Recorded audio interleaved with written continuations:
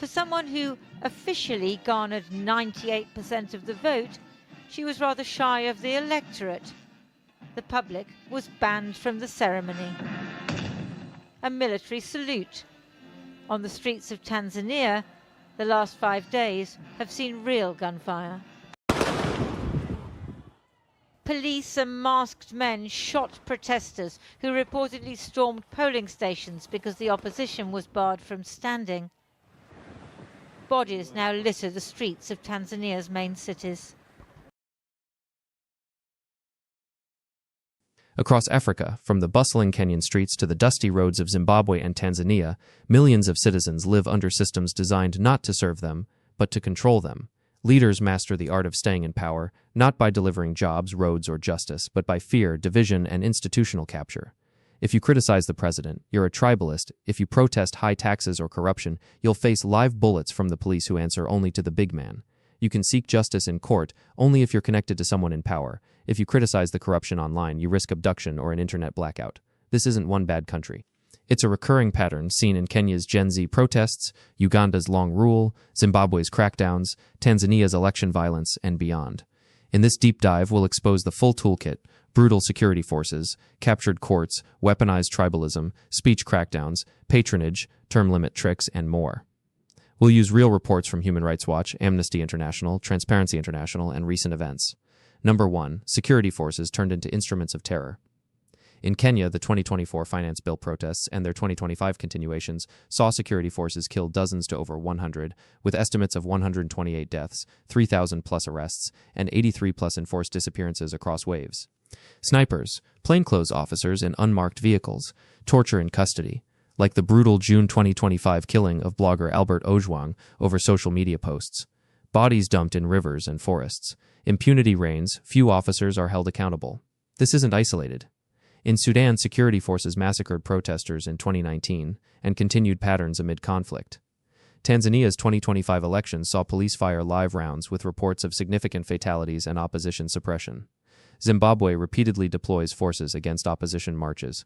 Uganda and others use similar tactics. Why? Because leaders stack security with loyalists. Promotions reward brutality. Budgets prioritize regime protection over public safety. Reports document excessive force, sexual violence, and torture. The message is clear: dissent and pay with your life or freedom. Protests often fizzle under the weight of fear and trauma. Many young Kenyans now report being too scared to mobilize again. Secondly, a two-tiered justice system for average citizens. Courts barely exist. Transparency International's Global Corruption Barometer reveals police and courts as the most bribe-prone institutions. Tens of millions pay bribes yearly just for basic services or to avoid fabricated charges. In Nigeria, Uganda, South Africa, and beyond, the poor rot in pretrial detention for years while corrupt elites get swift bail or dropped cases. Whistleblowers on grand corruption face threats or death with little protection. South Africa's Zondo Commission exposed state capture, yet accountability lags. Ethiopia, Guinea, and others show politicized judiciary and arbitrary arrests. This has resulted to zero trust in the justice system. When your relative vanishes after protesting, you don't file a case, you go silent. This vacuum lets leaders operate above the law, turning potential mass movements into isolated survival stories. Criticize policy, you're not patriotic, you're inciting tribalism. This smear is a classic divide and rule tactic. In Kenya, leaders frame opposition as ethnic rivalries rather than governance failures. Nigeria, Zimbabwe, and others see the same, favor one group with contracts and jobs, then cry tribal hatred when others demand fairness. Colonial divide and rule evolved into modern political tool. It distracts from corruption, poverty, and mismanagement. Protests get painted as tribal clashes, pitting citizens against each other while the leader consolidates power. The elite stays united by class and interest. The masses stay divided. Free speech is a threat to be neutralized. Many countries passed cybercrime or misinformation laws that jail critics for online posts. Uganda's laws target commentary on the first family. Cameroon and others arrest TikTokers and bloggers. The ultimate weapon: internet shutdowns. Africa saw dozens in 2024-2025 during protests and elections in Kenya, Tanzania, Uganda, Ethiopia, Senegal, and more. In 2025, at least 30 shutdowns across 15 countries, often triggered by unrest. Tanzania's election day blackout, Uganda's block. These cost economies billions and prevent coordination or live streaming of abuses. State media broadcasts propaganda. Independent journalists face arrests, license revocations, or violence. Surveillance tech tracks dissidents, the goal: no information flow, no organized resistance.